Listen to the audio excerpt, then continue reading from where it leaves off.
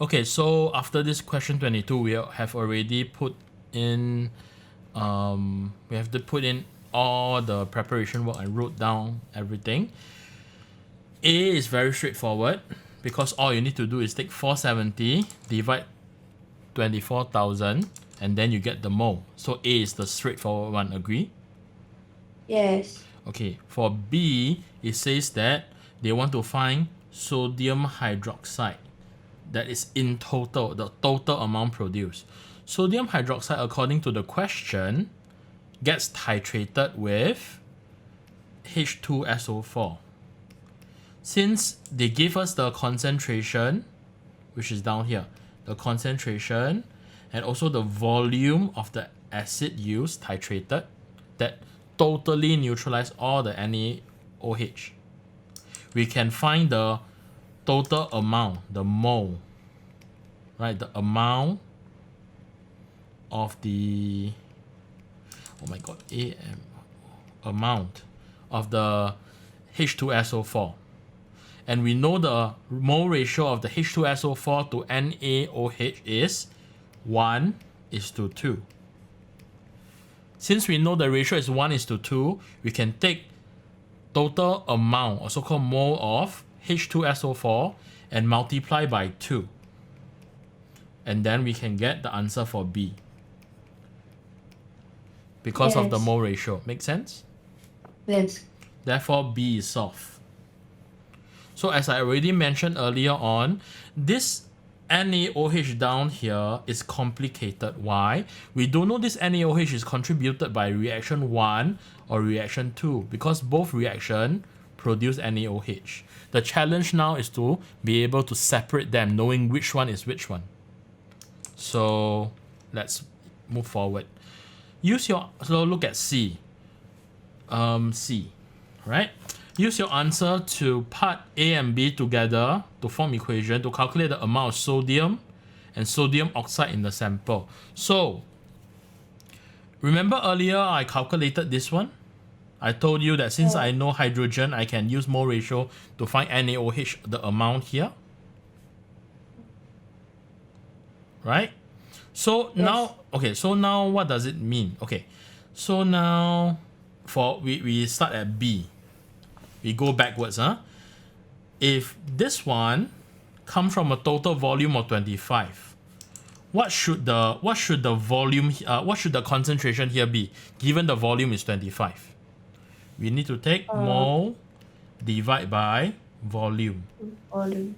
Right? And the volume need to be dm cubed. So 25 divide 1000. Then after that 25 divide 1000, you get the volume in dm cube, and 4.17 times 10 to the power of -3 divide that number. So 4.17 times 10 to the power of -3 divide by 25 divide 1000, convert to dm cube. You should get 0.1668 mole here. Yeah. Actually not mole per dm cube. That's the concentration, right? Yes. So you get this, and then you use this concentration to calculate the number of mole given that if it's 250 cm cube after 25 is being taken out. So you take this number. Okay, let me write properly. This number multiply by this divide 1000.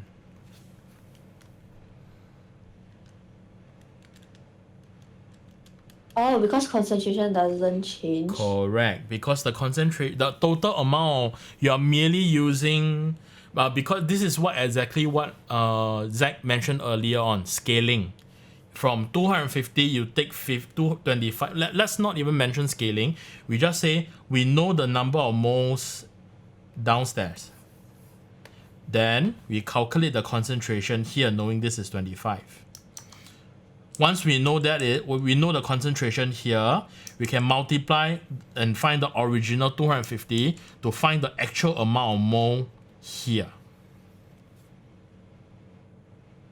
Actually, not just here, because the amount of mole we found will be this one and this one add up together. The red and the yellow add together. So the final amount that we calculated here should be 0.0417 mole.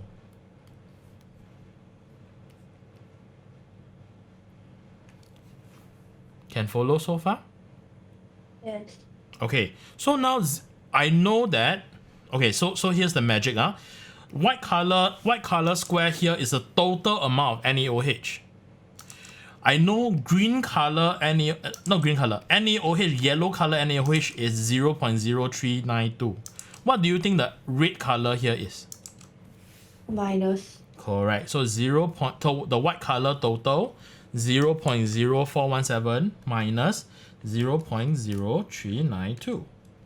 Then we will find that whatever the amount on top here will be 2.5 times 10 to the power of negative 3 mole. So now, mole ratio. Can I find the amount of Na2O here? Yeah. So if you divide by 2, you get 1.25 times 10 to the power of negative 3 mole. At the same time, can you find the number of Na here? Yeah. Because 1 is to 1, so it will be 0.0392 mole. What's the remaining thing is? It started with 1 gram. Then convert the most important thing, this number and this number into gram to find percentage. So you multiply this by MR. 23, let's take 23 for MR for Na.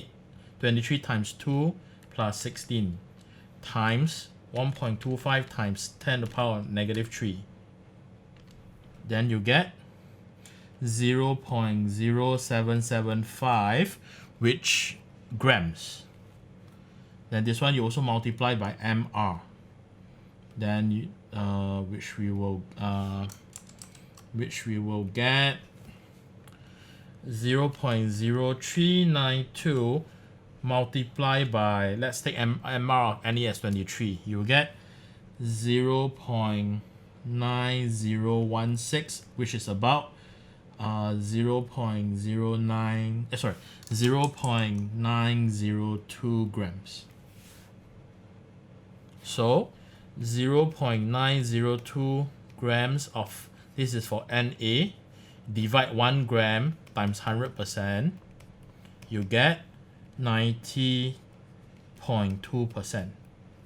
Whereas just now what you find on top, 0.0775, we do the same, 0.0775 grams over 1 gram multiplied by 100%, which is for Na2O, this is the grams of it, then you should get 7.75%, which then you are all done. My God. It's not difficult, but it's tedious. And there's a lot of reading to translate to working.